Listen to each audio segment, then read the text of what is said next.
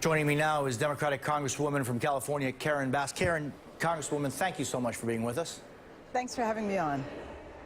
We could see a vote today on the Republican plan that is going to provide, well, under $1 billion of funding through just the end of next September, along with changes to that 2008 anti-trafficking law. So Central American children will be treated like Mexicans, for example, to cross over. Do you support this? Well, if that's what's in the law, no, I wouldn't be voting for that for a couple of reasons. Number one, I think we need far more money than that. I think you said under $1 billion. But also, I don't think that we should use this crisis to change the law. That law was put in place to address trafficking from Central America. And one of the things that we know, but we certainly need to find out more information about, is that many of these children might have been trafficked. And so I think that we should deal with this as a humanitarian crisis, just like you would deal with a hurricane or some other natural disaster.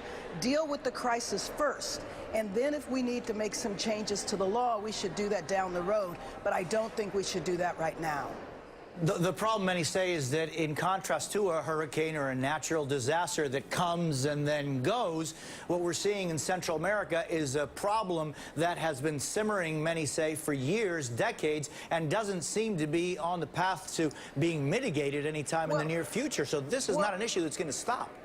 Well, actually, I'm not sure about that. I mean, one of the things that I have heard, especially because of the PR and the other information that's being put out for people to understand that if their children do come across the border, that they are going to be returned home, that the numbers are slowing down. And I do think that we need to work with the Central American governments to address the problem. Now, you know, I'm from Los Angeles, and the gang problem that they have in El Salvador, frankly, started in my city, and we deported those gang members to El Salvador, and that certainly exacerbated the problem that they were having there. So I think that our governments need to work together so that we can stop people from coming. I just, you know, really am fearful of what these children have been through on that perilous journey coming up here. And so I definitely think the flow of children should stop. We should work to do that. And I do think that we can do that without changing the law right now. So, Congresswoman, if the House Republicans pass one plan and the Senate Democrats pass another, does Congress leave on Friday really accomplishing nothing on this critical situation?